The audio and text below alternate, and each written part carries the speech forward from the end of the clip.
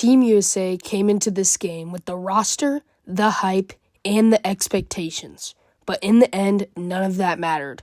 They looked like the team to beat, stacked with stars who could change the game in any moment. But from the very first pitch, Venezuela made it clear they weren't going to make it easy.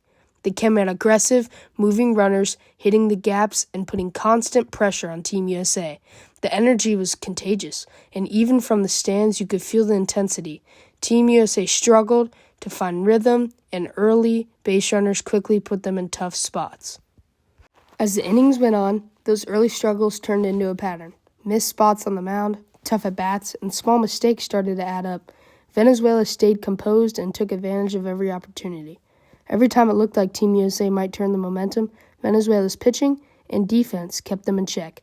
They weren't flashy.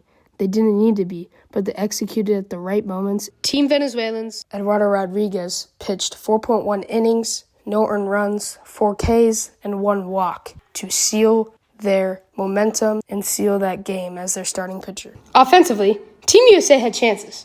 Runners on base, moments where a clutch hit could have changed everything. But it didn't come together. Timing fell off, swings didn't connect the way they should, and innings ended with runners stranded. Venezuela, however, made everything count.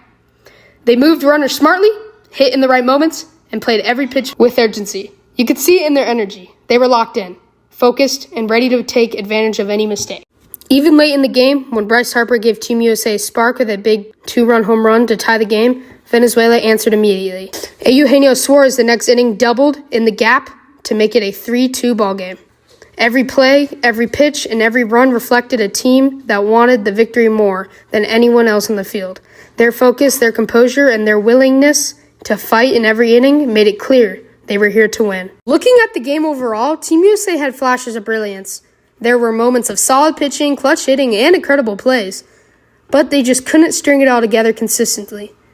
Venezuela, on the other hand, played every inning with purpose. They executed when it counted, stayed calm under pressure, and showed the kind of hunger that carries a team throughout the toughest moments.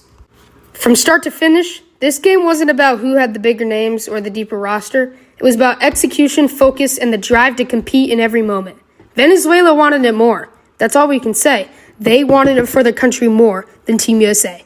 They played with heart, they played with intensity, and they never let up. And in the end, that's why this game ended the way it did. Now, we're going to go on, and you guys are going to listen to my feature in this video, and he's going to talk about why specifically they lost.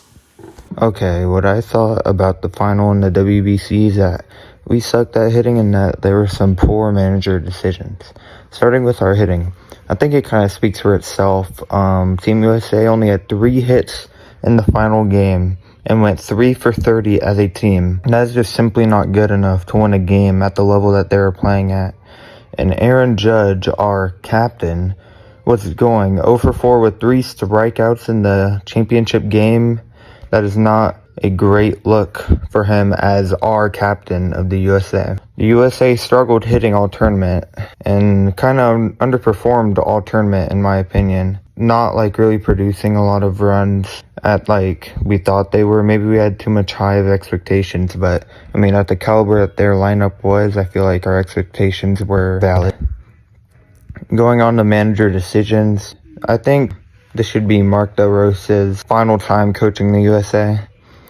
First of all, he almost sold us before even pool play started he thought we made the final game, but we really didn't. So we started a B team lineup in that Italy game, and we lost.